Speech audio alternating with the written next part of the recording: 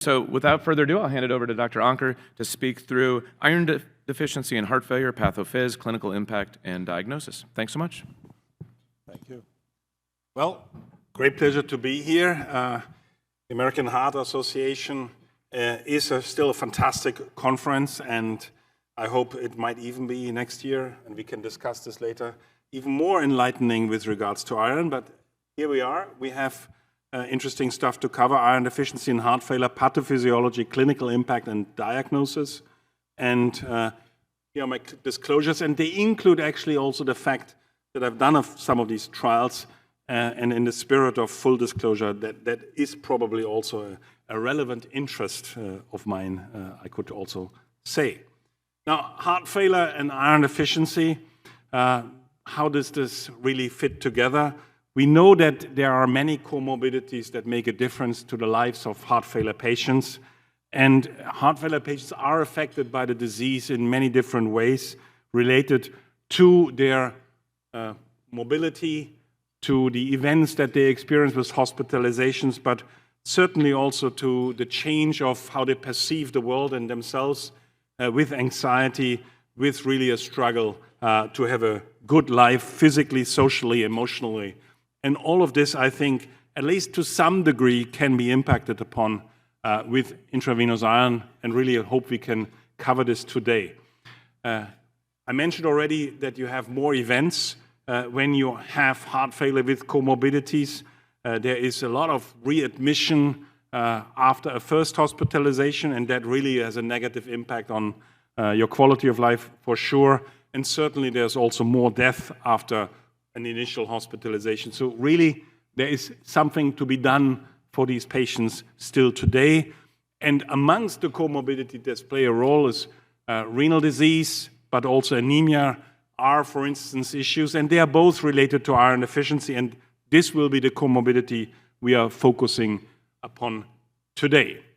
Now, when people talk about iron and look back 15, 20, even more years, the first thing that people would have said, well, iron deficiency is really by itself not an issue. It always is an issue together with anemia. And we would like to dispel this myth today here, because only one aspect of anemia and iron deficiency is really the formation of blood cells. And so hemoglobin reductions in the context of iron deficiency is only really, you might say, half of the discussion point. The other half is actually the use of oxygen to produce energy. When you have a reduction in hemoglobin, it's the delivery of oxygen that is reduced. But looking at this graph on the right-hand side, the utilization of oxygen to form basically energy for any kind of work that the body has to do is at least as important as the kind of transport of oxygen. Now, how does this happen? Well, basically, iron is a catalyst for the respiratory chain reaction. And so in the end, when you want to produce ATP, you need sufficient supply of iron in the cells, in mitochondria. And if you don't have that, you have dysfunction of the heart, dysfunction of the skeletal muscle, but also of the kidneys. Well, why is there actually, in the context of iron deficiency, even the development of iron deficiency, why did nature, if iron is so important, ever come up with the idea that it should allow that, evolutionarily speaking, we have development of iron deficiency in us at all? Well, there is a reason for this. Think about small cells, cellular kind of living species, and even 300 million years ago, they were impacted upon by infection. And, well, bacteria need iron to thrive. And nature came up with this very easy idea that if you create a mechanism whereupon, if you have a situation of infection or / inflammation as an equivalent of it, you trigger iron deficiency, then this is a survival advantage. Well, and this is exactly what happened. If you have infection / inflammation, you produce something called hepcidin, and hepcidin interacts with ferroportin, and this is trapping, on the one hand, iron in the gut, and it's also trapping iron in macrophages, creating inavailability of the iron for the rest of the body, creating what we today would call functional iron deficiency. What nature didn't basically intend was to create iron deficiency in heart failure patients with chronic inflammation, but this is what we are now facing with. And that's why in chronic illness, inflammation relates to iron deficiency. How do we diagnose iron deficiency? And I think, Adrian, your best spot is actually there. So welcome everybody, Adrian Hernandez, a great thought leader in heart failure as well. And we are basically doing all of this here together because he actually is very important in the subsequent talks and in leading the discussion. Well, now basically, how do we diagnose iron deficiency? Well, the easiest discussion point is absolute iron deficiency, and this is for many years something with a cutoff of ferritin less than 30, some would say less than 20, others would say less than 15, again, others would say. But if you have a very low ferritin, you should discuss presence of absolute iron deficiency.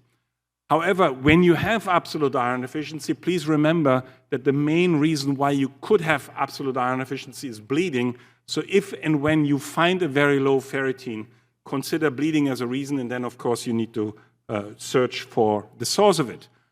In the context of heart failure, what we do have is actually functional iron deficiency, and we diagnose this basically with a ferritin less than 100 in our trials, or with a ferritin less than 300 plus a transferrin saturation of less than 20%. I should say this definition was developed 20 years ago, used in a number of trials. Is this the absolute best definition? I don't know, and I possibly would even say I don't think so, but we don't have anything else, and the trials have used this, so therefore it's in the guidelines, and this is how we do this at this moment. But again, we can discuss. But what you see on the left side is this has nothing to do, strictly speaking, with anemia presence. You may have this in the presence or absence of anemia. It's important to realize the higher your ferritin, the more you will have also inflammation. And this definition isn't the only definition that is there. You may use just a transferrin saturation less than 20%. You may use a low serum iron. There's different ways of doing it. It just so happens that the trials have very commonly always used this ferritin less than 100 or ferritin less than 300 plus a TSAT less than 20%. Does it make a difference for the frequency of iron deficiency? Yes, you can say this. Here you see in red just a TSAT less than 20 versus the guideline recommended in black kind of definition. And you see that, of course, with a TSAT less than 20 only, you have somewhat less patients detected, regardless of the different other characteristics, whether they are men, women, symptomatic more or less, have anemia or not, or have REF, have MREF, doesn't matter. Roughly speaking, 50 to 60% of patients using the guideline recommended definition with heart failure have iron deficiency. About 30 to 40% have it if you would use more conservative approaches. There's a lot of overlap here. I don't want to get into all of these details. There's different ways of doing it, but the guideline recommended definition at this moment is based on what we know from our trials. Now, in terms of the people that you're basically with heart failure that you're seeing, does it make a difference what's their background? Yes, women have somewhat more anemia than men. Well, and Asian patients have somewhat more iron deficiency than non-Asian. And you can see here some of this is really pointing in the direction that maybe genetic issues are at play. For instance, it is known that with an Indian background, you have basically a more reaction towards more inflammation-induced iron deficiency, and therefore you have it a little bit more frequently. Men do have a little less, of course, for obvious reasons, iron deficiency than women. But also food intake plays a role. On the left is highlighted the issue of vegetarian food versus non-vegetarian food. Well, people ask very often, do vegetarians really eat less iron? The answer on average is no, but the iron they are eating is less coming into their body. There are different receptors for heme iron and non-heme iron, and the affinity for heme iron is 3 times more sensitive. So when you eat iron from meat, you basically have a 3 times higher chance of taking it up than when you eat the same amount of iron from vegetables. So you need to have more iron intake as a vegetarian than as a meat-eating person. On the right-hand side, tea. Why is tea important? Well, black tea chelates the iron. So if you have a cup of tea with your food within 1 hour, then 80% of the iron that was in your food is actually chelated and cannot be taken up. So this is a problem. If you want to have tea with your meal, have at least an hour break. And the Japanese guidelines are now actually making this a recommendation. Quality of life is important. Is quality of life an anemia issue or an iron deficiency issue? And the point of this slide is that if you take a heart failure group of patients and divide them into patients, iron deficiency, yes, no, and you divide them into anemia, yes, no, you basically see that the functional capacity of patients is affected by whether or not they have iron deficiency, and it's much less or not at all affected by whether or not they have anemia. So the real key to quality of life and performance in patients with heart failure is actually iron deficiency. I already told you that you have iron deficiency in patients with and without anemia. What I didn't show you yet is events. You have more heart failure hospitalizations and cardiovascular death when you have iron deficiency. So it's a classical risk factor, a risk marker. Well, what about when you have anemia or iron deficiency, or when you have anemia with iron deficiency? There's 2 studies published there that when you have anemia and iron deficiency, it's not one problem, but actually 2 problems. They are together predicting a bad outcome. Here is a study with 1,500 patients showing this first. Here's a second study showing this second, where basically confirming that anemia and iron deficiency are 2 problems to tackle in your patient.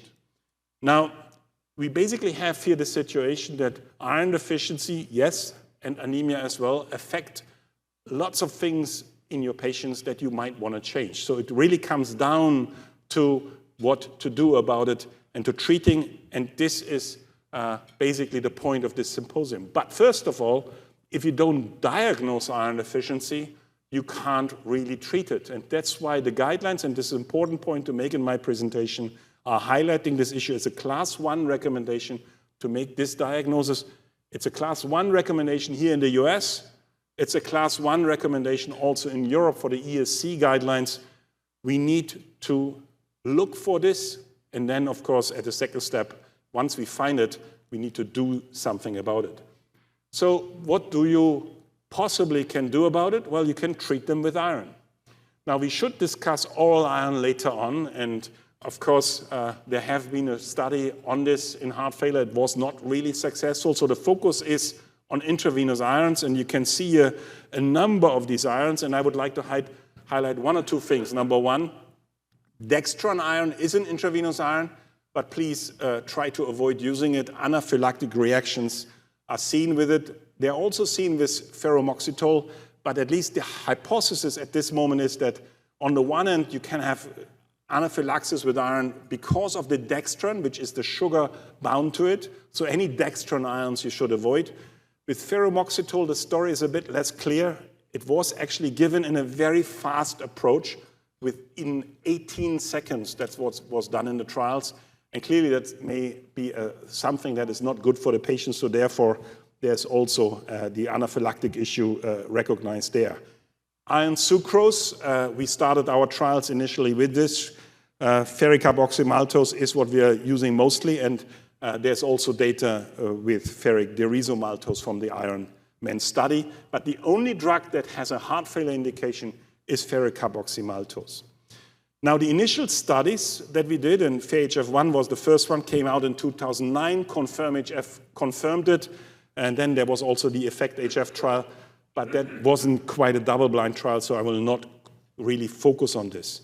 So what in FAHF, we treated 450 patients for half a year and showed a very consistent improvement in New York Heart Class and in patient global assessment of well-being. So patients felt better. They said really that they felt dramatically better. And it didn't matter what kind of patients they were. over half a year receiving a relatively high dose of IV iron, and maybe again, this is a discussion point later on, they received about 2,000 milligram on average over 6 months of time in this trial. Ferricarboxymaltose made a big difference to these patients. And it didn't matter whether or not you had anemia at baseline. You see here hemoglobin in a simplified way defining anemia 12 or less or above 12 gram per liter. And basically, for both primary endpoints, New York Heart Class and Patient Global Assessment of Wellbeing, absolutely no difference. Whether or not you're anemic, if you are iron deficient, you do get a benefit for your symptom and quality of life state. And then there was a biochemical simple analysis. The patients with and without anemia, and this is the data shown below, what about their change in hemoglobin? And basically the patients with anemia, they had a change in hemoglobin of about 1 gram per deciliter. So that's a moderate change in hemoglobin. But look at the patients that didn't have anemia to begin with. These patients did have 0 change in hemoglobin. But still, they got all the benefit from the iron treatment to correct the iron deficiency. So iron deficiency treatment with IV iron is not about changing the hemoglobin of a patient. It's about changing the iron deficiency status. The Confirm-HF trial, they basically showed us that there was an average change of 6-minute walk test amount of 33 meters. And again, confirming that this was very similarly achieved in patients with and without anemia and patients with and without high ferritin. But what is the real point here is that in the end, we got a class 2A recommendation in the guidelines to give this therapy to improve the 6-minute walking ability of our patients, to improve the functional capacity for these patients. But 33 meters improvement, what's the meaning of that? Well, we did actually some assessments of minimally clinically important improvements. So when you ask a patient, do you feel much better, moderately better, that defines also a degree of performance improvement. And 33 meters is on the verge between moderate and much improvement. That means you could say half the patients had a moderate improvement, half the patient had very much of an improvement. So the 33 meters is a very valuable change. And by the way, if you compare this to all sorts of other heart failure therapies, this is a much better kind of impact you have on the quality of life and the performance for the patients than you can achieve with other heart failure medications. Now, let me complete here the statement by giving you the official FDA heart failure indication for ferricarboxymaltose, which is indicated for iron deficiency in adult patients with heart failure in the New York Heart Association functional class 2 and 3 to improve exercise capacity. This is how you should use it. Depending on the body weight, 70 kilogram, which I believe is 154 pounds, I believe. Anyway, 70 kilograms above or below is the one cut point. And the second thing is the hemoglobin values. And you will not see the word anemia in here, but you see hemoglobin values.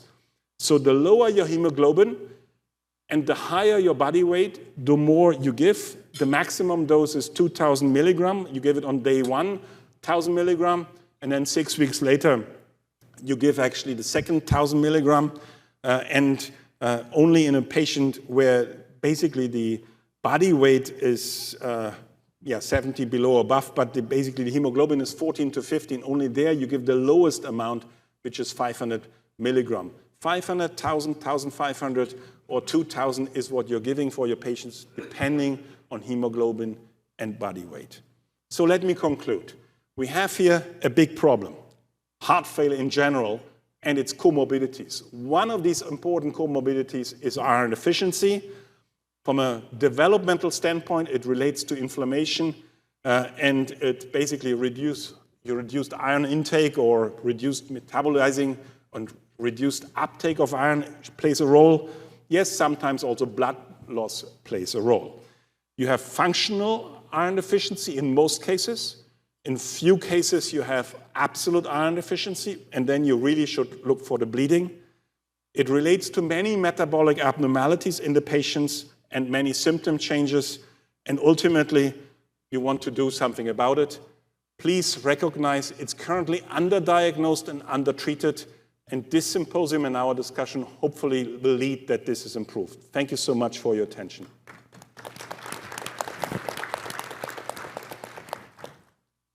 Thank you so much. So next up, I'm going to be speaking through treating iron deficiency in heart failure patients and building upon the nice work that Stefan just laid out. In sharing, I think, some of the context around the evolution of guidelines and our implementation. So just by way of outline, I'm going to speak through the recent IV iron trials, looking at the larger clinical outcome studies, go through the HeartFID trial data with FCM in detail, and then importantly speak about a pre-specified IV FCM pooled patient-level analysis. So as was nicely cited by Stefan in the previous talk, there's this really nice statement from the HFSA published in JCF this past year. It's prior to HeartFID really gave this exceptional summary of the epidemiology, the data, the evolving perspectives on how to implement these therapies. So I'll refer you to that. There's some really nice tables and figures. And then as also was just noted, it is important to give the context around oral iron and the data that we have. So Adrian, Greg Lewis, and others through the Heart Failure Network looked at this important question of, well, we know iron deficiency is really common in heart failure. Is oral iron with this specific formulation effective in terms of some of these important measures? And unfortunately, what we saw was that there was no improvement in peak VO2 with oral iron. And if you look to the right of the screen, I think is an important component of why that was seen. And on the top, you can see in the ferritin level, so that key measure of iron deficiency, and what happened when you gave oral iron, it wasn't absorbed.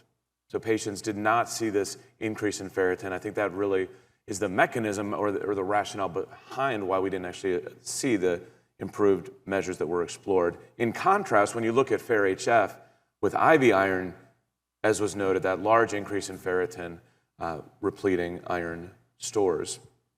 So at least the data here we have is that oral iron is not effective.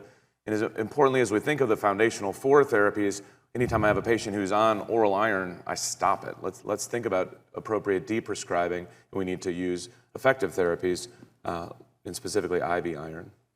And as we talk about the large outcome studies, I'll spend a moment going through this, these 2 trials. On the left is the AFFIRM-AHF trial.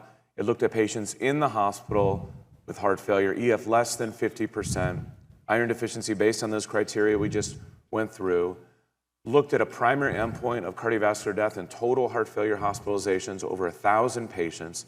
FCM in a double-blind fashion showed this numerical reduction in clinical events driven by a reduction in heart failure hospitalization, not meeting a pre-specified level of statistical significance.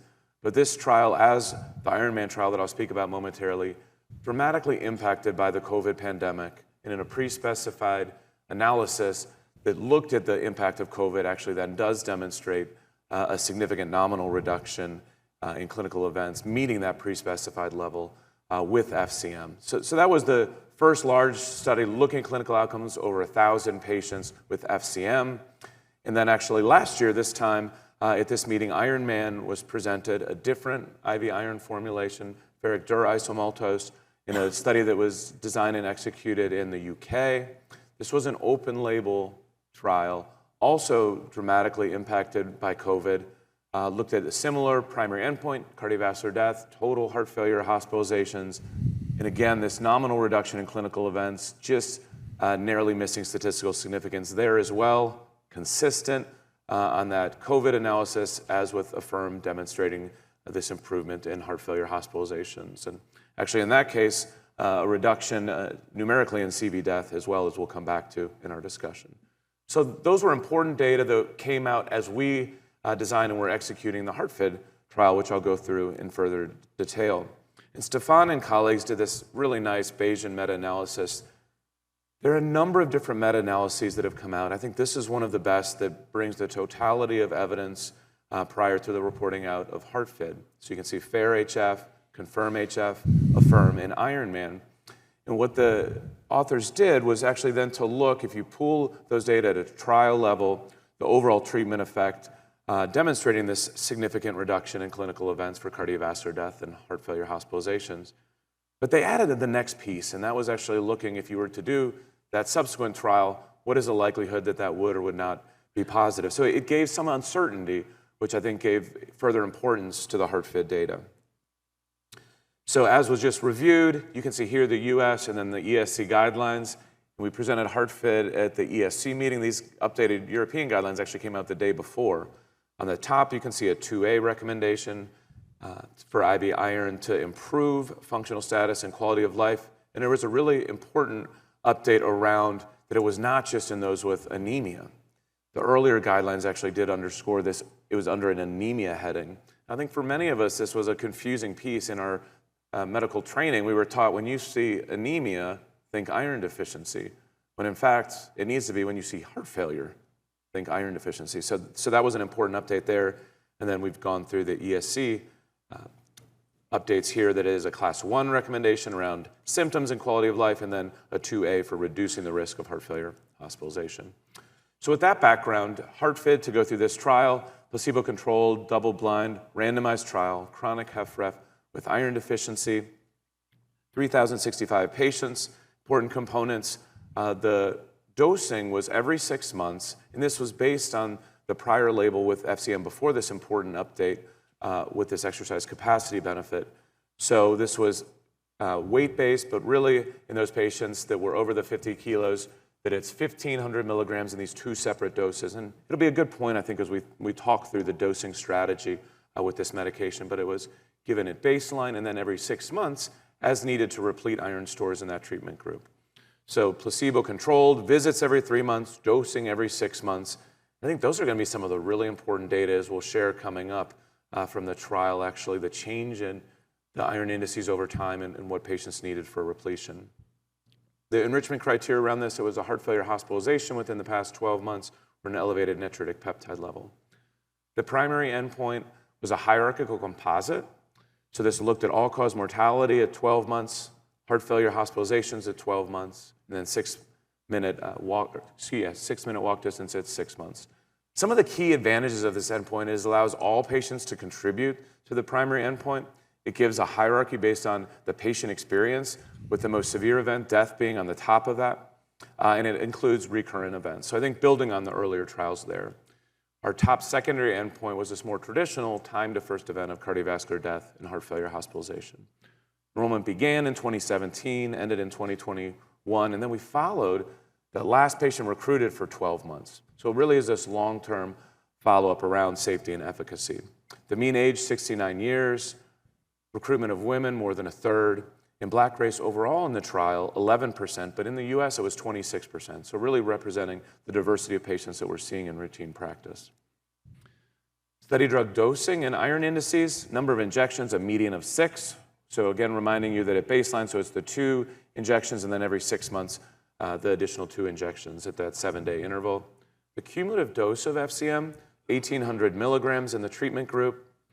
At that day 180, so that's that 6-month visit. In the FCM group, 82% of the patients were replete based on their iron indices. So that group then received placebo. So that is an important context as you think of the need and timing of repletion based on this strategy. IV iron outside the protocol, it was 7% in the placebo group. And on the bottom is something I wanted to clarify because I think there was a little bit of confusion even in the New England Journal editorial on this about what actually happened to the iron indices. And on the left, you can see ferritin with the FCM group in blue. So at baseline, ferritin levels around 55. And at 6 and 12 months, you can see that FCM group in blue, you're getting up to nearly 300. So it really was meeting those criteria. And then on the right of the screen, you see TSAT. I think this will be a key point to discuss is a group together. Baseline TSAT, despite having these same criteria as these earlier programs, the baseline TSAT was higher. Meaning in Ironman and in Affirm, the baseline TSAT was around 15. Ours was 24. So it really is this higher group, and we'll get into some of the key subgroup data around that. But again, baseline TSAT of 24, and then at follow-up, you can see in that FCM group in the 31, 33 range at 6 and 12 months. Here's the primary hierarchical endpoint. I'm going to walk through this because I think it is a little bit nuanced, and we want to highlight the importance of each component of this. So on the left, you can see when we look at all-cause mortality at 12 months, in blue is the FCM group, there were fewer deaths. So this is fewer all-cause death events in the FCM group, a 1.7% absolute risk reduction. And increasingly, and as noted at this meeting, I think this familiarity with this win ratio is a way to capture this in a clinically relevant way. So that's actually 20% more wins in terms of death with FCM. So that's the first level of the hierarchy. Then you move to the next, total heart failure hospitalizations, fewer heart failure hospitalizations with FCM, and actually 270 fewer heart failure hospitalization days. And then moving to that last component of this hierarchy, 6-minute walk distance at 6 months, a more modest improvement. So 8 meters versus 4, so a 4-meter benefit. With that win ratio component, that's actually 11% more wins. So it was a more modest improvement in 6-minute walk than we had developed based on the prior data. Our assumption in trial design was 18 meters. So we'll, I think, have plenty of discussion around that as well. Importantly, this was designed as to be one pivotal trial in conversations with the FDA. So they had this discussion around a higher bar. So it was actually having a p-value of less than 0.01 in contrast to the more traditional 0.05. So we narrowly missed that with a p-value of 0.019. On the right of the screen, as we characterized that win ratio, was a win ratio of 1.10 or 10% more wins with FCM with 99% confidence intervals, just crossing the, you can see crossing the line of unity here. So I think what this showed us was this consistent benefit on each of these components, but more modest overall, but really underscoring this all-cause mortality numerical difference that we have ongoing analyses to better explore. Top secondary endpoint, again, this was an event-driven trial to get 771 cardiovascular death or heart failure hospitalization events. So we more than reached that. You can see in the placebo group, 32.2% of patients versus 31%, so fewer cardiovascular deaths and heart failure hospitalizations in the FCM group. Median follow-up of about 2 years with a hazard ratio of 0.93 and actually 96% confidence intervals. So different than that more traditional 95% just based on the statistical testing. Time to cardiovascular death, a hazard ratio of 0.86, not reaching statistical significance, but is looking at the totality of evidence, actually really what you saw in Ironman as well in terms of that point estimate. In a pre-specified responder analysis, looking at change in 6-minute walk distance to help better characterize this, particularly in the context of this label expansion with FCM. So this was something that the FDA had requested. Actually now looking, if you look from baseline to 6 months or baseline to 12 months, with a specific threshold or 10 or 20 meters, and what you see is a 24% or greater increase odds of response with FCM. So really laying out this story that there are important patients that receive an even larger magnitude of benefit, as Stefan went through. So in summary and conclusions around HeartFit, and then I'll bring this all together and go through this meta-analysis that was pre-specified. It is the largest study looking at the long-term safety and efficacy of FCM in heart failure with reduced ejection fraction and iron deficiency. It's designed to be this one pivotal trial, but actually when we reported it, now we've got 2 trials, another large one in the setting of AFFIRM that has additional data. So overall safe with this modest improvement. And importantly, a number of pre-specified analyses, no matter which way we looked at it, we see this overall very consistent, clinically important benefit across these components of the primary endpoint. We did not achieve that pre-specified level of statistical significance. To give a little flavor around this, I think there is confusion more broadly as people think, what's a p-value versus a treatment effect? And I know we'll discuss that as a group here together. We observed differences in this primary endpoint that were really driven by wins in death. I think that's really clinically relevant. And we did see these more modest benefits in 6-minute walk distance as well. So the totality of evidence with FCM from prior studies showing this very clear and consistent benefit of functional capacity and quality of life, now showing long-term safety and efficacy in these important clinical benefits. And we really wanted to make sure we were using the right wording around this. And this is what we settled on as investigators, that it is this important clinical benefit. We'll go through just maybe to set up a little bit of the discussion together. What are some of the hypotheses around this more modest treatment benefit? The top is I highlighted the differences in baseline iron indices, despite having those same criteria. The next piece is around the dose and timing. So in our trial, this was up to 1,500 milligrams of FCM given at 6-month intervals versus AFFIRM, which was slightly different. In a European population, it was 1,000 milligrams, and then giving it again at 6 weeks, and then in those patients that needed it at 12 and 24 weeks. So the majority of patients, as I noted, actually received placebo at 6 months because they had reached those or been replete for iron indices. So that time course of repletion did differ between the two. Heterogeneity in terms of 6-minute walk. So we did see regional differences in this, and some of this I think was related to COVID and lockdowns and the imputation methods in the trial. But importantly, even if patients were feeling better and functioning better in many aspects of their life, but they're frail and arthritis, you can importantly envision scenarios where they may feel a lot better, but they're not able to walk further if their knees are actually bothering them due to arthritis and otherwise. The majority of patients were recruited during the COVID pandemic. This is a really important piece that, in contrast to Affirm and Ironman, where they were able to say the pre and post-COVID and tease that out, the majority of our data were during the COVID pandemic, where everyone in this room knows the changes around heart failure hospitalization. I think that does speak to some of the results that we saw. To bring this together around the totality of evidence now, this was a really nice collaboration with colleagues here that speaks to what can be done with the efficiency of really supportive sponsors around how do we get out the data that are going to inform clinical practice. So it was a privilege to work with this co-author team, to have Piotr present these data simultaneously, right following HeartFit, a pre-specified pooled patient level analysis. So this is not overall trial looking at the point estimates in the data, but actually pooling all of the patient's data so you could look at the totality of the experience. And just a couple slides to summarize this.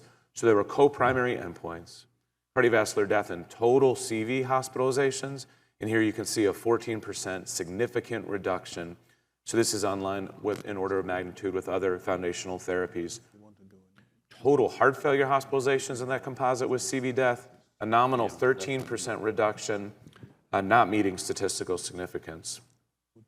And this was an important piece that I know we'll come back to in a group, is we looked at those subgroups in the TSAT less than 20%, evidence of heterogeneity of treatment effect, where that group TSAT lower does seem to have a larger treatment benefit. And in response to presenting our data, people said, well, why the heck did you use this definition of iron deficiency? Why didn't you just focus on TSAT as given some of the evolution of data? And I know we'll discuss this as a group, but this idea of the guidelines had this definition. The prior trials used this definition. That's why we did it that way. But now we're getting a better understanding that it may be that TSAT less than 20% group that has the largest treatment benefit. Then the final piece, looking at sensitivity analyses. So the primary pre-specified analysis was focused on FCM, pooling patient-level data, but we also looked at a trial-level data pulling in from Ironman. So the top piece is looking at when you censor at 52 weeks.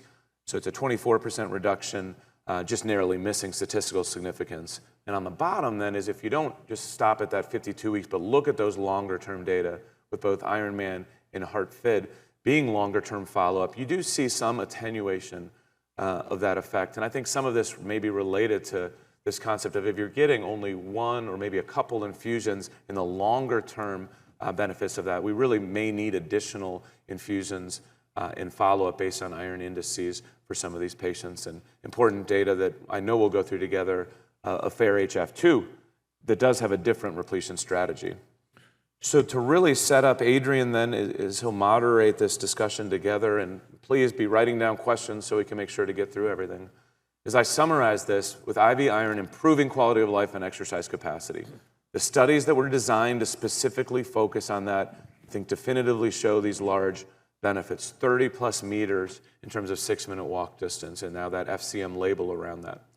Multiple outcomes trials with IV iron have suggested this potential benefit around heart failure hospitalization.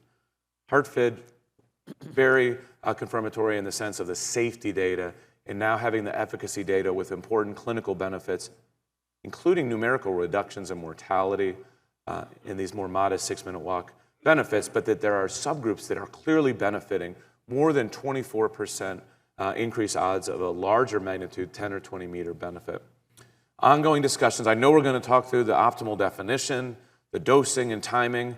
I like to be a little provocative and raise some of the issues that Milton, Packer, and others are talking about around SGLT2 inhibitors, changes in hemoglobin. Is there any concern around giving IV iron. Are there concerns around thrombosis? My short answer is no. I think this is a nice little thought experiment, but I would disagree respectively with Milton around this, so it'll be good to discuss that together. And then really a plug that we need data in HFpEF, right? So as we see the increasing prevalence, the lack of data in that group is going to be important. There are some small studies ongoing, but we're going to need more IV iron trial data in HFpEF. So with that, I'll thank you, and I'll hand it over to Adrian. Appreciate it.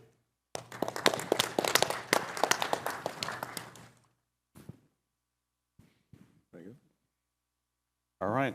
Well, thanks, Rob and Stefan, for a nice summary of where we are right now. So really looking forward to this part of the night at our panel discussion here. So just a couple slides here to introduce some things first. Here are my disclosures. So one of the things that we're going to bring up here in this panel is actually how do you go forward in terms of implementation. And so an example of this is a Heart Failure Society has a scientific statement on terms of IV iron implementation, in terms of how we identify patients who may benefit from IV iron, so exactly those populations where they may have the greatest need, how we actually approach that in terms of testing them, and then also how we approach it in terms of actually repleting their iron and treating them for improving their health and well-being. And so this is something that's an important reference. I think it's useful for everyone to have. The second thing is that there's this other question that's often coming up is how often do you retest, or what's the approach for continued surveillance here? And so there's been nice algorithms have been developed in terms of actually making sure that we do something that's a routinely evaluation of iron deficiency, and understanding like what we should do next if we do discover that, and to retest as things go along to make sure that we're doing the right thing. And so this is something important to make sure we think about for the long-term care management of patients with heart failure. The other thing is comes up is how much should we give, and so we'll have a discussion a little bit about this. There are easy so-called calculators for iron deficiency, taking advantage of that Ganzoni equation. And so there are a lot of things online that can be used for doing this. And so really making sure we understand what needs to be restored here in terms of iron deficiency. And then we had a little discussion already with Stefan pointing out the difference between different formulations here. We do want to focus on those that have been FDA approved, and also those that have a wealth of efficacy and safety data behind them. And so this highlights that here as well. So, and then finally, and this is from Catherine, is that as we have learned, heart failure management is a team sport. So it does take multidisciplinary strategies for practice integration. And so having people as a team identify the patients in terms of what their needs are for heart failure, being able to implement an easy-to-use process for identifying and treating them and managing them, and ensuring that we also make sure that that we don't add any burden to patients as they go through their heart failure care, such as financial burden, and making sure we address that proactively if we do discover that, and then also making sure that we have follow-up in terms of what's needed next. And so we'll talk a little bit about this here. So with that, I'm going to start off with some of the kind of just broad questions, and I'll start with Catherine first. It's just as you think about the multidisciplinary clinic here, what are the key lessons learned in terms of actually implementing this? What's it's may not be a magic button. So yeah, it's challenging, and for us as a system, especially in the transitional care space, the kind of thing that is going to dictate what iron product you can use is coverage. It's either going to be your hospital coverage, what drugs are on the hospital formulary, or in the outpatient clinic, what drugs are going to be, paid by the payers. So navigating that is where the team sport comes into play. You'll need your pharmacists, your APPs, your nurses to figure out what treatment you can do, We, of course, are always aiming for the next-gen formulas where you can do the total dose, but sometimes it's just not feasible to get those because there's no coverage. So that is, I think, one of the key takeaways is determining the product based on the evidence and based on the availability and the access for your patients. And one other question as you think about the team approach, how are you thinking about like just identifying patients with heart failure with iron deficiency? How are you doing that? This is a great utilization for the electronic health record and to build There's a use for it. Oh, wow. Yes, Okay, that's good to hear. yes.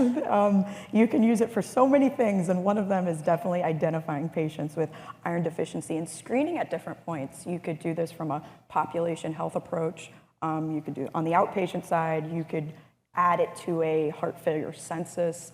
You could add it to order sets, and I think as we've kind of seen in the different, algorithms and pathways and the different definitions, having that integrated into the EHR makes it very easy for clinicians and having that automation as well. All right. So I want to turn next on Nancy, from Cleveland Clinic. And Nancy, I remember years ago, essentially you beating like the table about implementation and how to get these approaches into care pathways and making sure we don't miss a single person. And so there's kind of two sides of this. So those, they may have iron indices, they have heart failure, so they're the known, like where we can treat them. And then there's the unknown knowns that we haven't done any testing. So how do we think about that in terms of implementation strategies, and also talk a little bit about the inpatient versus outpatient environment? So I'll start with the outpatient. It's really an important question because, if we think about the national guidelines that we have in the United States, and I know the European guidelines have this as well, they tell us that every year, annually, we should be testing, we should be getting a basic metabolic profile at minimum. We should be testing for anemia. TSH is even included in that for thyroid function.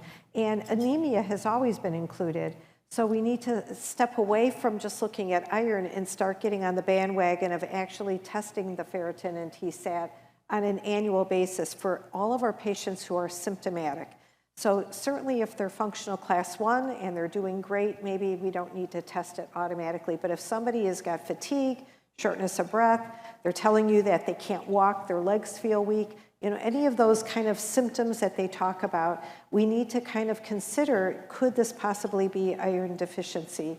I can't tell you how many patients who had normal hemoglobins have iron deficiency. I know there's a percentage of people that we say this is common in, but we see it and we didn't expect it when we found the results. So we need to think about that.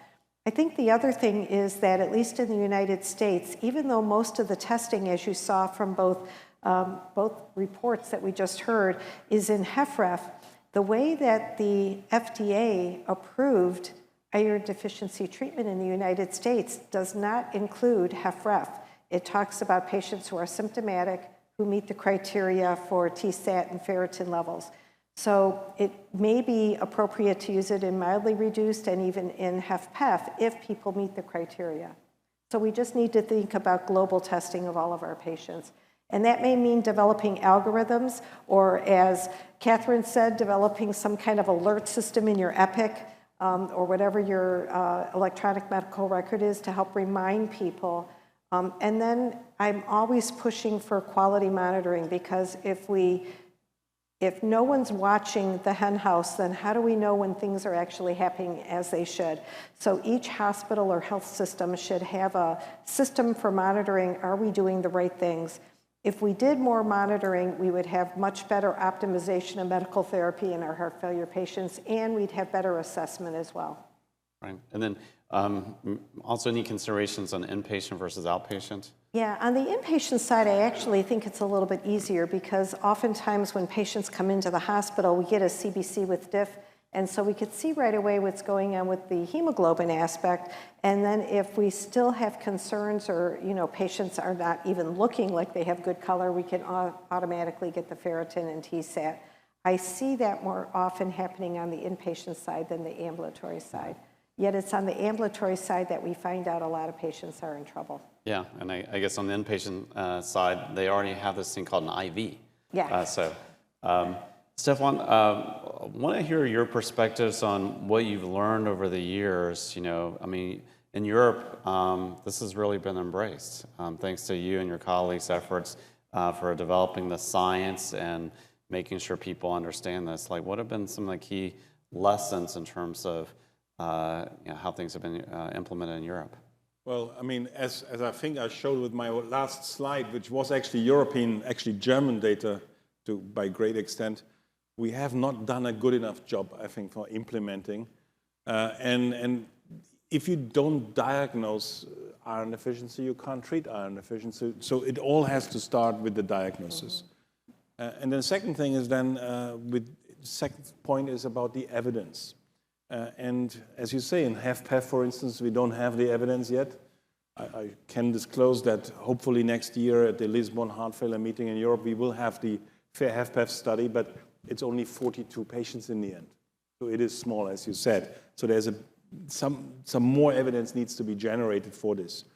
And the third thing I learned, well, as much as we intellectually speaking try to be very clever with our ferritin and TSAT combined diagnosis, maybe still we made it a little too complicated, and a TSAT less than 20 could have been the easier way of doing this for the diagnosis, but we are where we are. Yeah, and so just on that last point, like, do you think things differently in terms of outpatient versus inpatient testing? Well, I should say, and this is a little bit our specific German problem here, my experience really relates more to the hospital situation, simply because we have a strict division between hospital care and ambulatory care. So that's the first statement to make. The second, no, I think actually TSAT and ferritin should, or particularly TSAT, should work both in both settings. In the hospital situation, you may have more often the situation also of inflammation, and then a ferritin becomes less informative, I would say. But TSAT should on average, work. Right. And so it sounds like you've really evolved your thinking over the last several years in terms of greater emphasis on TSAT less than 20. Yes, less than 20, or let's rephrase it, I definitely would no longer treat people with a TSAT above 25. Yeah. Okay. All right. That's a very good point. All right. So let's just say we now have, like, we've magically created, like, the perfect systems, the outpatients, so, like, we can identify those patients who have iron deficiency because they had tested, and we have a system that's been created in terms of making sure to get those people who haven't been tested, like Nancy, you were talking about, and thinking about it on an annualized basis. In terms of treatment, like, are there considerations? And so I'm going to turn back to Catherine, just talking about, like, what are you thinking about in terms of what's the dosing and strategy for treatment? So following the HFA statement is a great place to start. It's very challenging. Usually when I have residents and you go into micromedics and you're trying to figure out the dosing for these products, it's complicated. As we've mentioned, there's only one with the FDA labeling for heart failure, that's FCM. So you really want to gravitate toward FCM and FDI because the evidence. Then you get into the cost of these products. And then if you're in the hospital setting and you have iron sucrose on formulary, well, now we've got to do 5 doses times 200. Sometimes the length of stay is not going to be 6 days, and you end up in this scenario where you've started down the road with one product, you end up with being discordance, and it's challenging to then switch from inpatient to outpatient. The good thing is, if you start down with one product and you can't complete that course, it could be a good opportunity on the outpatient side to do FCM, FDI. So it is something that in the transitional care space, you really do need the team to have that plan if you are going to be kind of switching products, or if you're not able to start on the inpatient side, to really execute and make sure that patients, again, are getting the products as well as getting the follow-up for testing so that we can ensure that repletion happened. Can I make one little comment? Yeah. And that would be that for many sites, especially if you're a smaller hospital or you don't have a lot of ambulatory services, it may be that you need to set up the right systems and get them in place. For example, you need to either have a chronic care clinic that allows for IV infusions, or maybe a place in the hospital where the patients could come, but they're still considered ambulatory and outpatient, so they could come in for at least the one treatment initially and then determine in 6 weeks if they need to have that second dose. So oftentimes it does mean setting up programs and systems within the hospital to make it work. If the infusion is given in the hospital as part of the DRG system, and that could negatively impact the hospital. So at least in the United States, I don't know how we do it in Europe, at least in my setting, if we need to give IV iron to patients, we're more likely to want them to have it done in the outpatient setting where it could be billed as an outpatient treatment in a chronic care clinic. Yeah, and I might be a little bit bold and kind of push on this a little. So on the inpatient side, we need order sets where, in addition to BMP and everything else you're getting at admission, we need to be checking iron indices in all of our patients with heart failure. It's very easy to give in the hospital IV iron in patients. We have these strong data around it. So that would be one. The outpatient side, and I've been working on this for the past couple years in our group to best implement this. And I think some of this is a carryover from the older experience with these IV iron formulations where there were concerns around safety. So at our institution, they said, if you're going to give IV iron, it's got to be in this infusion clinic. And then there's the complexity around, all right, if there's a limited number of chairs, then the dollar speaks. Is it an oncologic infusion versus FCM? And I think this is wrong. And this is something we're really pushing at in our institution, where I can give IV furosemide in clinic. And in our trial, for instance, when we were recruiting at our institution, we were able to give IV FCM in clinic. It's a 7.5-minute infusion. It's very easy to do this, and I think with appropriate safety and monitoring, patients do really well. So we're working on this now from a hospital and outpatient clinic experience to make sure that we can test iron indices and give this in a way that's like patient-centered, and that they don't need to come back for 5 infusions of some formulation that has never been tested in patients with heart failure. Right.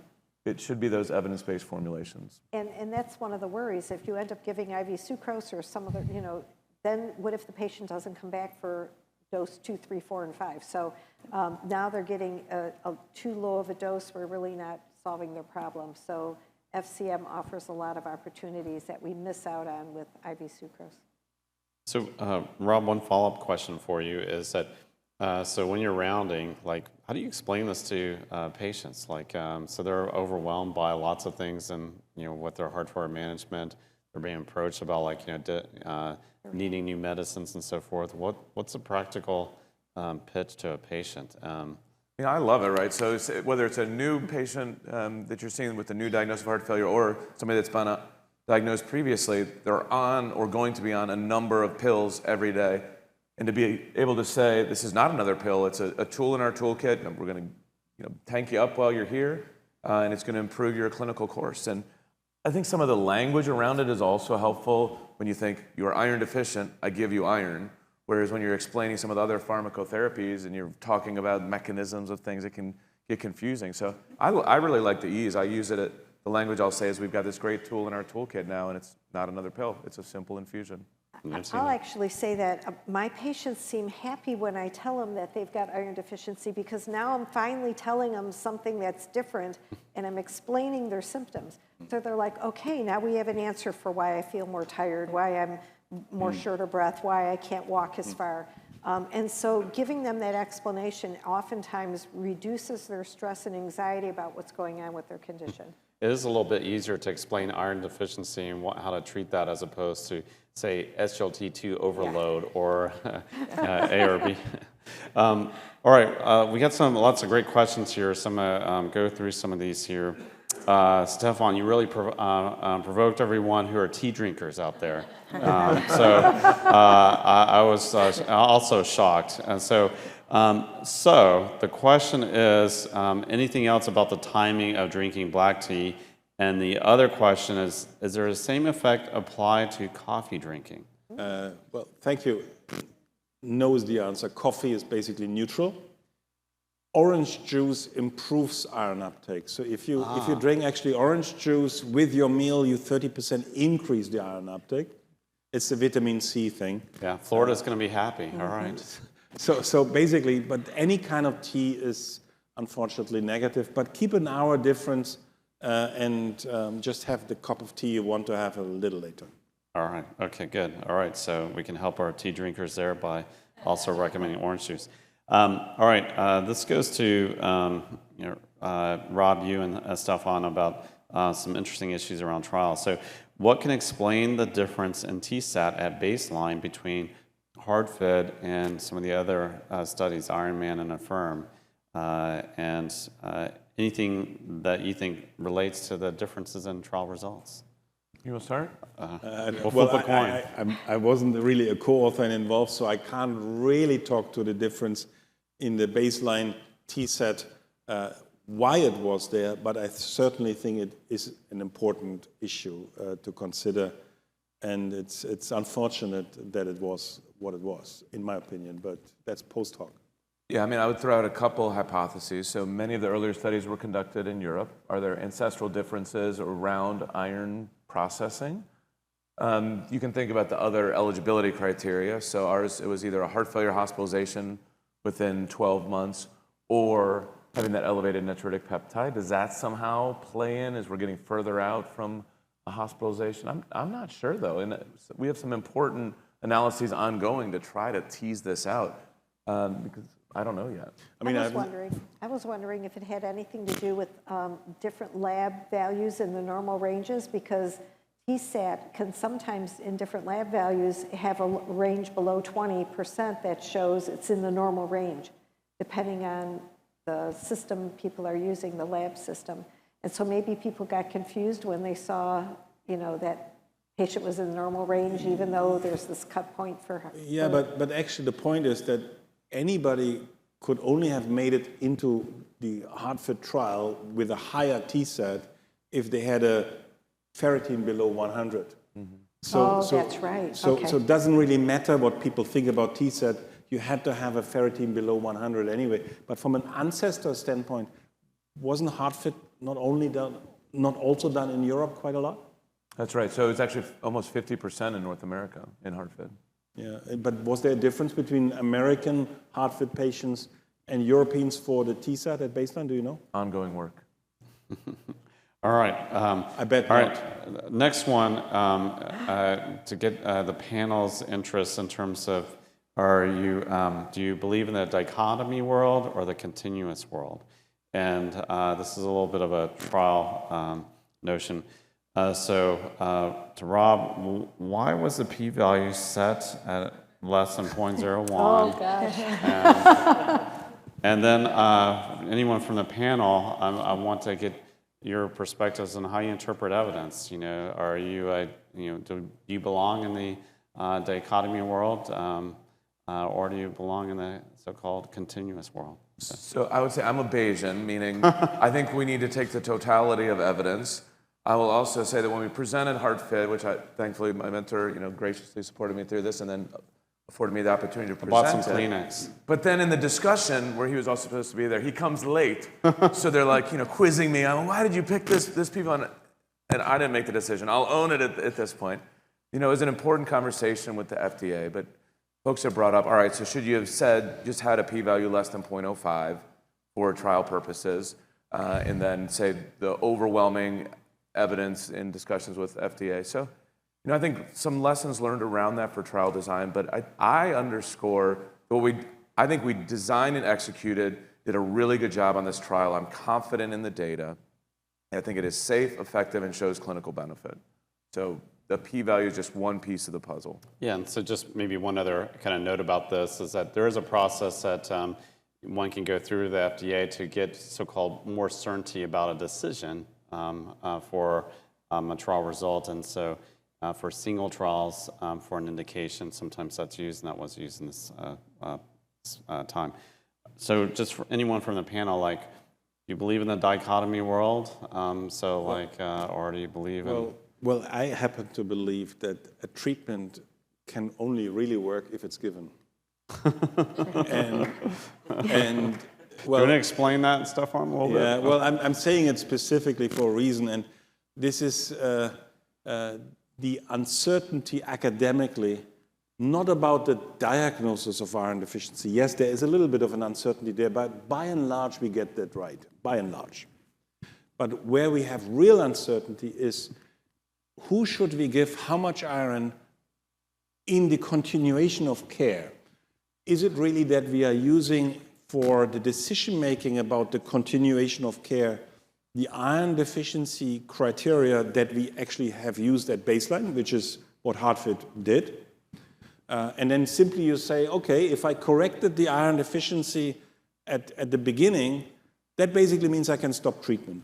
That was the philosophy of the trial, and that basically resulted in 6, 12, 18, and 24 months time points, only about 15% of patients being treated at each of these time points. That means that the totality of iron dosing after the beginning of this dosing, where initially there was quite a lot of dosing giving, but in the second and third year, the dose was maybe 1/4 of what was in the first year. And if you don't really give continued iron, then a long-term study, and that's our philosophical approach also in the FHF2 trial, has a disadvantage. And that's actually why in the first year the results look much better than in year 2 and 3. And that's why the meta-analysis shows actually pretty good results if you censor the data at 52 weeks compared to if you take the totality of all the data.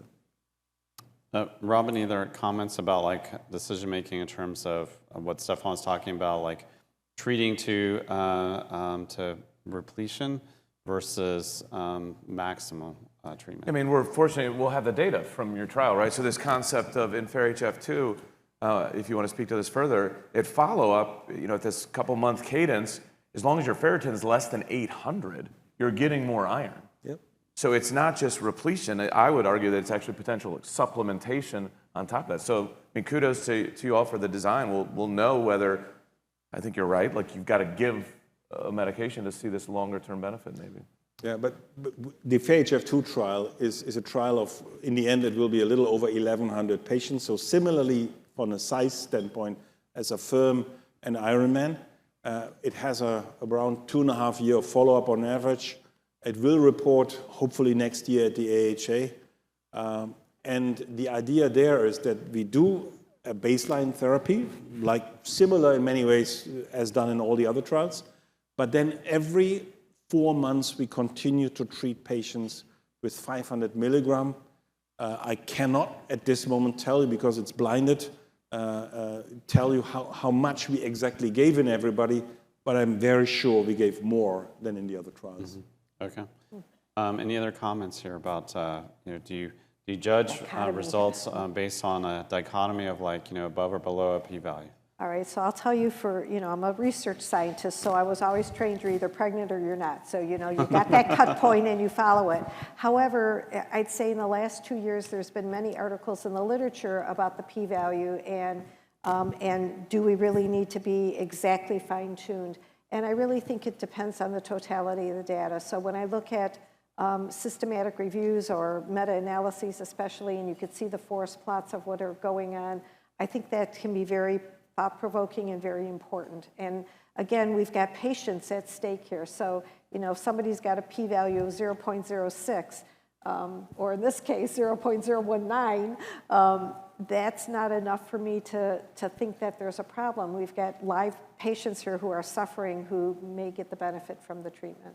Right. So I think we just need to look at the big picture. But we should say there is one puzzling thing, and you highlighted it with the 6-minute walk test result, and this is where I most would be interested to see as soon as possible some subgroup data.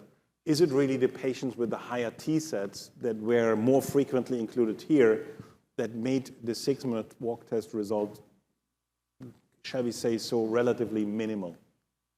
I think that combined with, this was during the COVID pandemic, right? So reflect back on our own individual experiences in terms of activity level. So if you're getting repleted, but you're actually not even able to walk more, as you think of those that might not live in a situation where you can, right? Actually, we did a study during COVID. We had over 900 patients. We reported it at HFSA. I still have to get the paper written. And we looked at diet, fluid, visiting your doctor, and physical activity. And physical activity is one of the factors that dropped. Some diet behaviors changed as well, but physical activity was a clear statistically significant decrease during COVID in the United States. Can't speak for Europe. All right, I want to turn to another interesting question, is that there are literally millions of people on oral iron, and they're being used for so-called garden variety iron deficiency. So how or why does that not work in heart failure, and should we even consider that anymore? So Catherine, any thoughts there about the oral iron? So the bioavailability of oral iron is so poor. When you give drug IV, bioavailability is 100%. With bioavailability of oral iron, it can be 10%. It ranges, it's different based on patients. You also have to dose iron multiple times a day. We know there are side effects with oral iron. So the likelihood of you getting your 3 times a day dosing and getting up to your repletion target, it's going to take 6 months on average. So it's quite a long time. Then you're going to have to go back and check and then potentially retreat. So the kind of long and short of it, in addition to we don't have the data that says that oral iron is going to improve outcomes in our patients with heart failure, it's just challenging from a drug perspective. Let me add to this, saying it in a different way, because 10% bioavailability to many may not be something that is tangible. But here's the point. If you take up iron in the oral route, the maximum amount of milligram you can take up in your body is 6 to 8 milligrams in a day. All of us are losing, on average, 2 milligrams of iron per day. That means the correction of iron deficiency by oral iron is a maximum of 4 to 6 milligrams per day. Now, the deficiency, take whatever formula you want, is roughly speaking 1,500 milligrams. That means you need about 300 to 400 days with oral iron on average to correct iron deficiency. If you have that time, few people want to have that time, if you have that time, there is a theoretical reason to say it's possible that oral iron can work. Practically, nobody has done it in trials. Indeed, in the trials that have been done, it didn't work. So can it theoretically work? Yes, but you basically become a guinea pig of yourselves.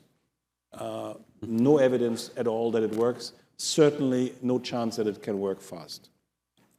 And it's uncomfortable for a lot of patients. The side effect Sure. profile can make some patients very miserable. The 300 to 400 days assumes you take it every day. If That's you right. don't Yep, actually that's take right. that, it will also not work. And half the people get bad gastrointestinal side effects. So we're back to if you don't get treated, you can't get better. Exactly. All right, this one's a juicy one. So what do you recommend to implement the 4 foundational therapies plus IV iron when all are indicated? So Nancy, do you want to? Yeah, it would be really important for patients so that's when you do shared decision making with your patients and your clients, and you talk about the need to be on the 4 pillars and what you're going to be doing, how you're going to make that happen. And then patients also need to know that they need to be repleted with iron and what you're going to do for that. So I don't think it's do one and ignore the other. I think that all of it needs to happen at the same time. Because the iron improvement is necessary and it's going to help make the patient feel better faster. And then in addition to that, you can get them on the 4 pillars and really get a better sense of what's going on. By getting the patient on the 4 pillars, they may have less, they're getting decongested, they're going to be feeling better anyway just because you're playing with all those nasty neurohormones. So we wouldn't trade one off for the other. We would start everything. Okay, all right, good. So this is an age-old question. Is the iron deficiency caused by heart failure, or is it a marker of heart failure? Oh, the chicken and the egg. Chicken or the egg? Stefan, what do you think? No, it's not caused by heart failure as such. It's caused by nutritional issues, by inflammation, mostly. So at least I can exclude one of the 2 options. Is it a marker of heart failure itself? Well, It is, the answer probably is also no, but it's accompanying any chronic illness very often, including heart failure. Do others agree with that? Yeah, I do. You know, I think the way I describe it to patients is when you have heart failure and often with other diseases like AFib and you're on blood thinners, ultimately what you see is you're not absorbing your iron. The iron you are absorbing is kind of held up and not able to be effectively used, and you have increased loss. So it's kind of this perfect storm, unfortunately. Less iron coming in, the iron's not absorbed, and if it is absorbed, then it's sequestered, and if even in that case, you're probably losing more iron. So it is a tough situation. All right, we didn't get to everyone's question, but I know the panel will be around afterwards, so to answer any questions that we may not have gotten to. But thanks everyone for a great discussion.